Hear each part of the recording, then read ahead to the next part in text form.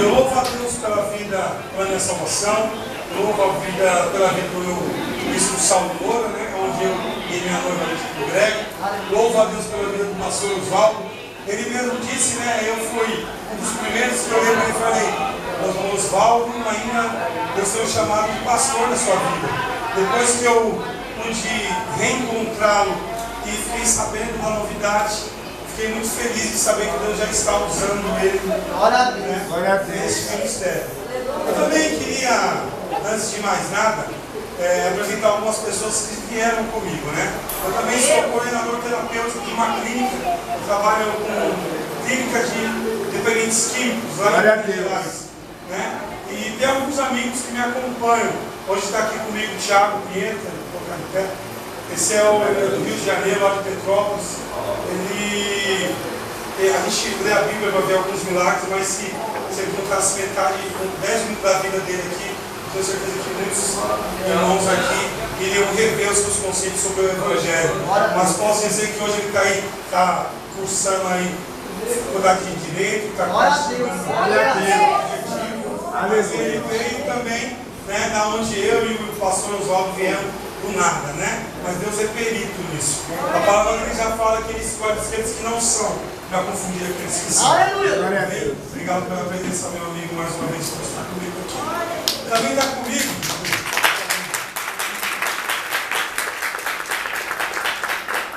Eu sei que ele já apresentou também, mas está comigo um casal de amigos que estiveram em casa. Cheguei em casa, estava tendo até um churrasquinho lá que estavam fazendo lá.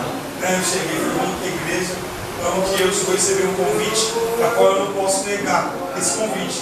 É o meu irmão Davi e a sua esposa Tamires, são lá de Minas Gerais também.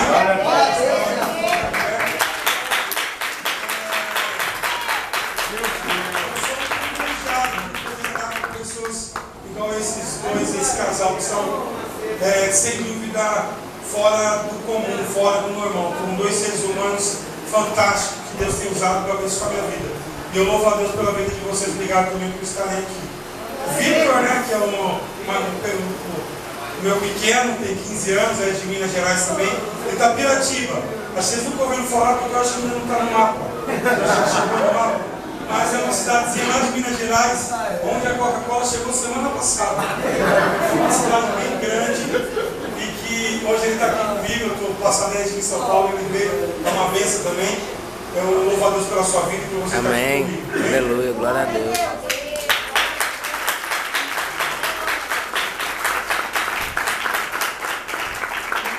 Eu não estou pregando ainda, eu estou só fazendo algumas apresentações para vocês verem como eu falo pouco, né?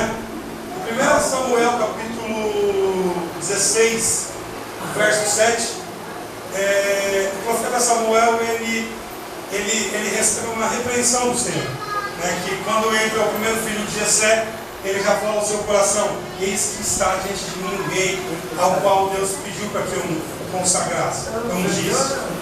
E Deus fala no coração de Samuel, falou: olha, profeta, você olha com os olhos, com a aparência, mas eu olho para o seu coração. Não fiquem sem jeito, mas eu não gosto, é muito difícil usar terno, né?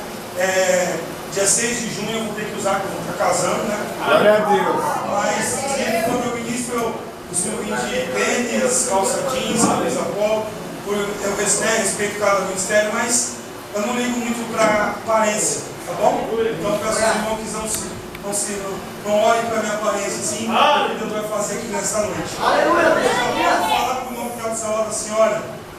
Fala para o irmão que está do seu lado: olha. Hoje é dia 17 de março. Deus vai te dar 3 estratégias. Que você nunca mais vai perder uma batalha.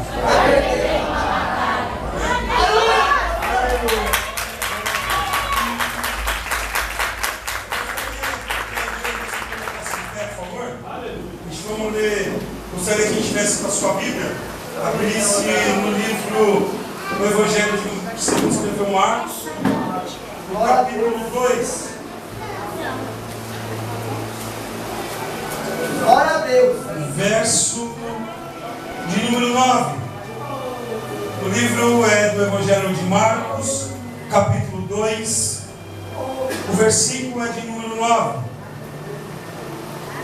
Todos acharam? Amém. Amém? Amém. Vamos folheando, quero que todos acompanhem a leitura comigo, por favor. Amém? Amém. Se alguém precisar de ajuda, chama a bispa, que a bispa te ajuda a achar lá onde está. Amém? Amém. Diz assim a palavra do Senhor. Qual é mais fácil? Dizer ao paralítico: estão perdoados os teus pecados, ou dizer-lhe: levanta-te, toma o teu leito e anda. Somente até aí. Aleluia. Cura a sua cabeça, porque eu quero orar para a sua vida. Senhor, meu Deus, meu Pai, diante da tua presença nós estamos nesta noite. Sabemos, Pai, que a tua misericórdia tem nos alcançado todos os dias. Porque só o Senhor sabe, Pai, quantas lutas e quantas batalhas temos passado. Mas, Senhor, podemos dizer que o Senhor tem nos ajudado até aqui. Porque se estamos aqui não é pela nossa força, mas sim pela força que vem do Espírito Santo, a qual o Senhor deixou aos seus discípulos, como fala o livro de Atos, naquela tarde de Pentecostes, Pai. Senhor, eu quero que o Senhor usa, Senhor, a minha vida poderosamente nesta noite, para que aquele que entrou nessa casa desanimado, que saia animado, para aquele que entrou, Senhor, nessa noite, nessa igreja, que não confiando, desacreditado, que ele possa sair daqui, não andando, mas pulando na tua presença, Pai. Senhor, eu te peço que o Senhor repreenda em nome de Jesus qualquer espírito de distração, qualquer coisa, Senhor, que venha atrapalhar, Senhor, o teu culto. Senhor, eu te agradeço pela sua oportunidade. Peço, fala conosco, Pai, porque precisamos ouvir a sua voz. Todos dizem amém. Glória a Deus. Dando palmas ao Senhor e glória a Deus.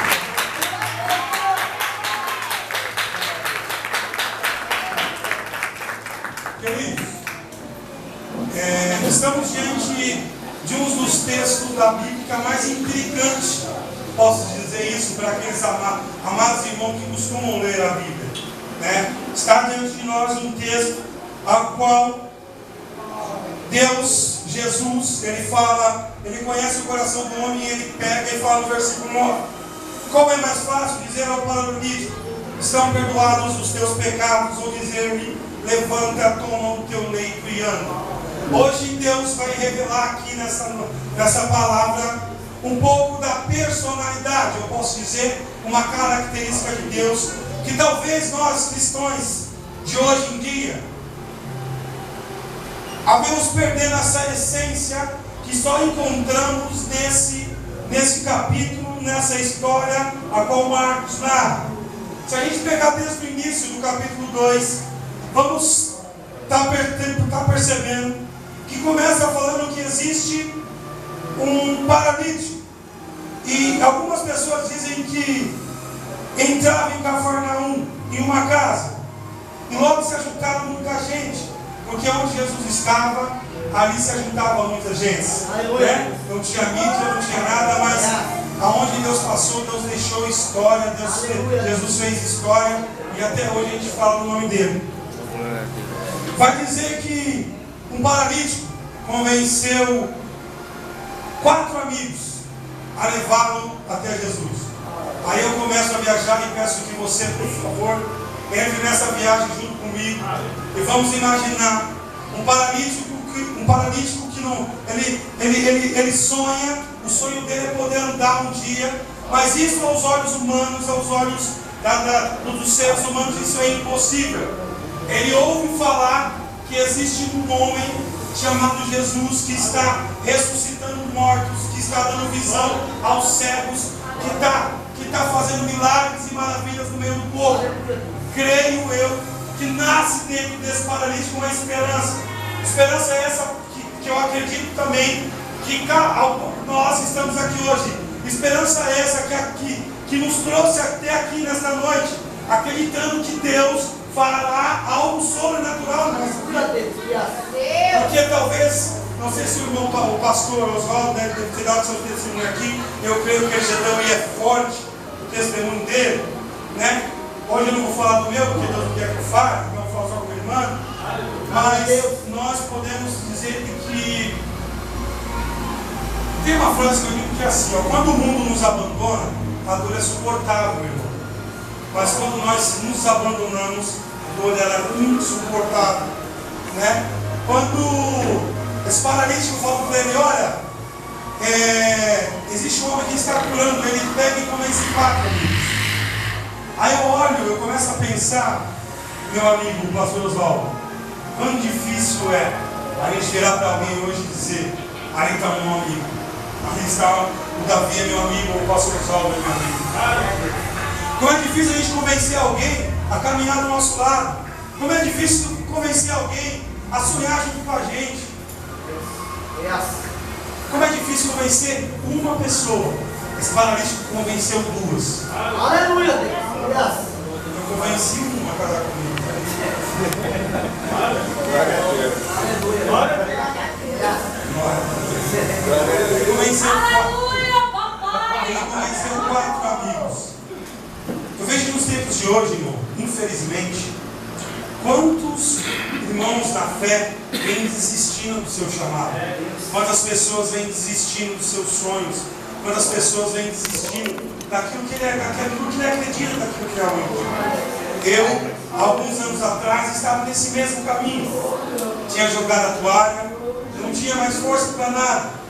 Já tinha sido consagrado a pastor, eu fui consagrado a pastor dia 3/7/2011. Mas eu passei por um período na minha vida tão difícil, de tanta tribulação, que eu falei, eu vou desistir. Eu vou voltar de novo para o mundo das drogas. Eu vou desistir disso. De repente eu ficava eu sempre vinha aqui nessa rua, nessa verlinha aqui, a rua Flávia, tem a pontezinha ali que eu adorava ficar debaixo, só perto da mim. Quem me conhece sabe, eu só pesava de 80 kg a menos, né? Bem magrinho, mas eu passei por isso na minha vida. E quando eu estava ali perto da padaria, em cima, esqueci o nome daquela padaria, quase todos os dias passava esse irmãozinho aqui, ó. Eu já olhava de longe, eu já estava meio tonto, estava calmo. E aí, pastor? Vamos voltar para a igreja? Não. Vamos voltar para a igreja? Eu falei, não. E ali ele ministrava na minha vida, ele não desistiu de mim, ele ministrava.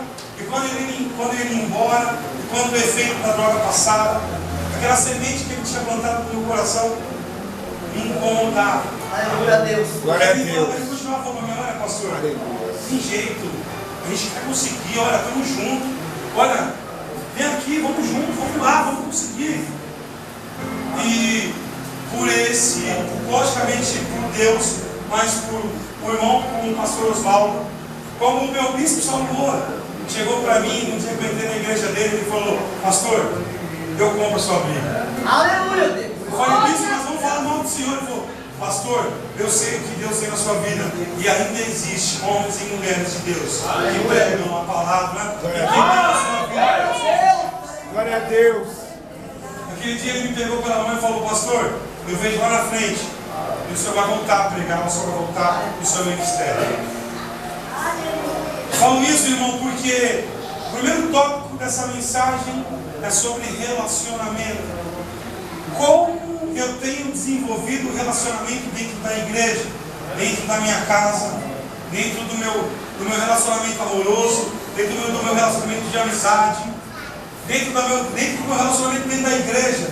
Como eu tenho agido, como eu tenho feito, eu tenho me colocado no lugar do outro, porque é muito fácil a gente julgar, é muito fácil a gente apontar o dedo, né, e falar. Eu vejo na primeira carta ao Coríntios e na segunda carta ao Coríntios uma diferença muito grande. A primeira eu vejo um Paulo que ficou 10 anos para ir para a primeira viagem missionária dele. Diz a história que Ananias foi, né, falou que Deus pediu para que ele fizesse ali com Saulo, que ele se transformou em Paulo, mas Paulo ficou 10 anos para sair na sua primeira viagem missionária. Acredito que Paulo ele confeccionava tendas, acredito que ele deve, na hora que o profeta falou, vamos Paulo, vamos voltar, vamos pregar, que ele deve ter quebrado tudo, pegado, falou, vamos embora, porque o que nós pregadores ou ministros do Evangelho, o que a gente quer falar que Deus vem fazendo em nossa vida. querendo resgatar aquilo que infelizmente está perdido, ou nós estamos deixando se perder no meio do caminho. Então, não estamos mais criando relacionamentos, não estamos mais criando relacionamentos de verdade, aonde o importante não é o ter, mas é o ser. Porque hoje vivemos numa sociedade que conta.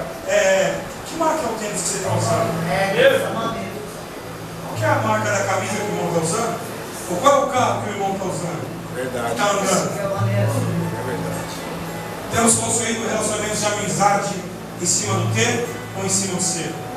Temos perdido essa essência de ser amigo daquele. Eu sou amigo do Thiago pelo que ele é, não pelo que ele tem. Será que tem sido assim? Porque infelizmente o mundo aí fora ele tem ditado as regras, né? Ele influencia as pessoas com a forma de elas falarem, a forma de elas vestirem, a forma de elas se comportarem. Mas infelizmente está perdendo. Não sei se você é da minha época, vocês são muito novinhos, que mais perto da minha idade aqui, o pastor Osvaldo. Mas tinha aquela época que nós brincávamos com nossos amigos de mãe da mula, né? Que pulava, bolinha de gude. Né? A gente brincava de o dono da rua, né? Que passava e descia madeira para pegar. Era aquela brincadeira alegre, nós chegávamos em casa, nós se divertia.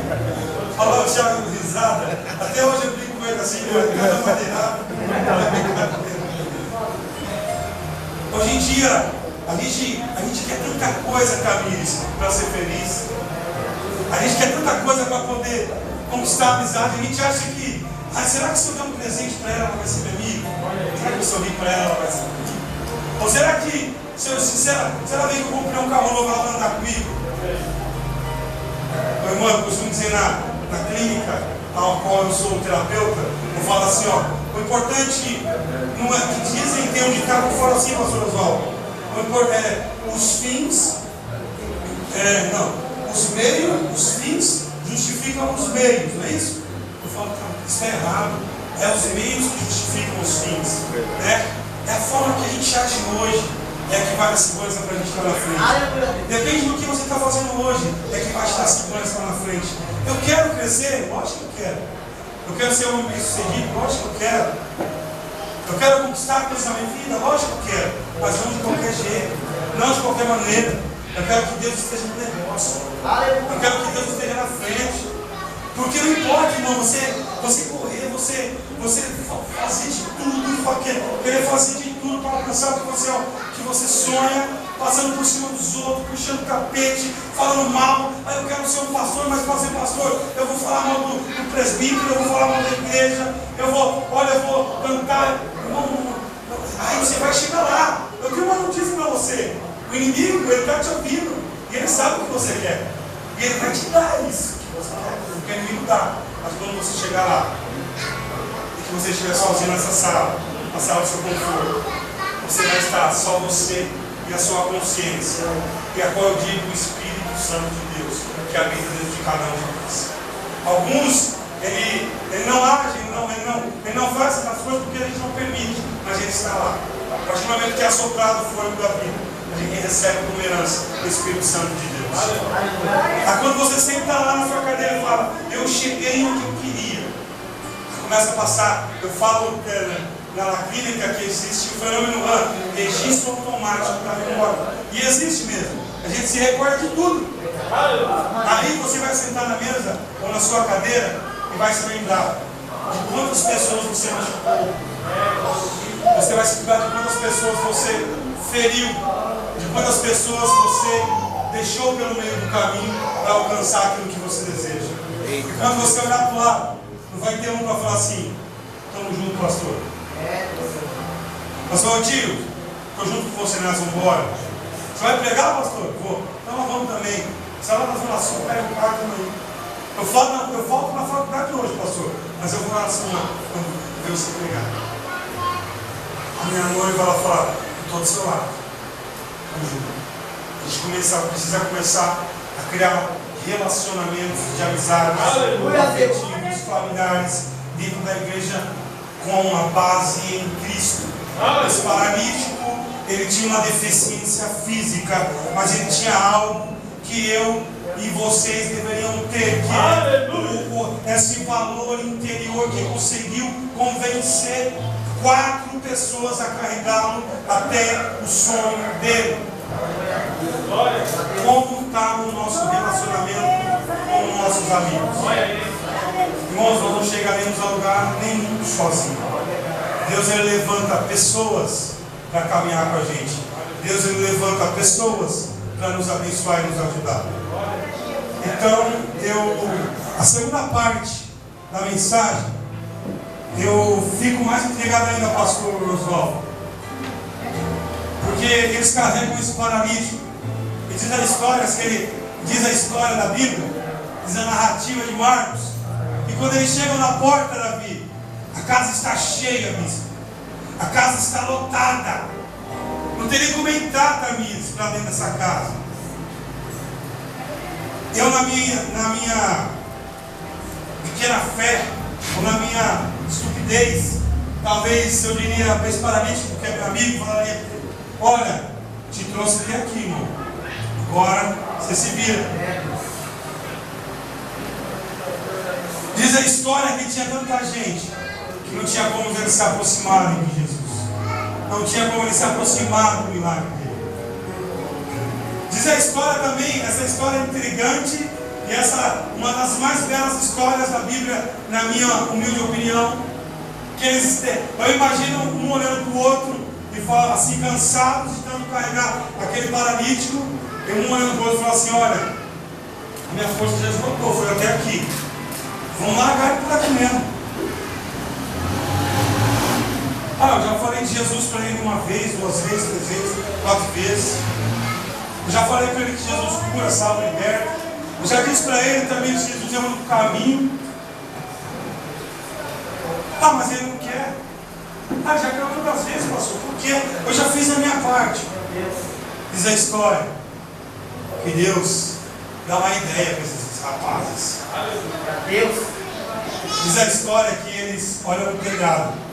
Fala por ali que a gente vai entrar. Diz a história que eles descobrem, tiram a telha daquela casa, preparam uma corda e descem o paralítico de corda até a presença de Jesus.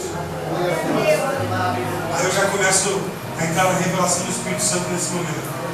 Tem pessoas aqui que falam: de que jeito você não sabe da minha história, você não sabe o que eu tenho enfrentado, você não sabe o quanto tenho sido humilhado, o quanto tenho olhado para mim e estão falando: olha, você não vai conseguir, olha, você não tem cara, você não tem jeito, olha, isso não é para você, você não tem estudo. Aleluia! Olha, isso aí, olha, desiste, larga de mão, rapaz, abandona, moça. Aí, o Espírito Santo me fala agora sim, fala para o meu filho, que eu estou dando uma nova ideia para ele. Glória a Deus. Uma nova ideia para ele. Aleluia, Deus. Ele vai ter uma ideia. De repente vai aparecer, Deus vai te colocar na sua mente uma saída que você vai falar: meu Deus, estava tão nítido, mas eu não estou enxergando. Aquele, Davi, para ver se você lembra. Foi daquele que inventou a lâmpada? Não. Thomas Edison. Foi o que eu li numa revista.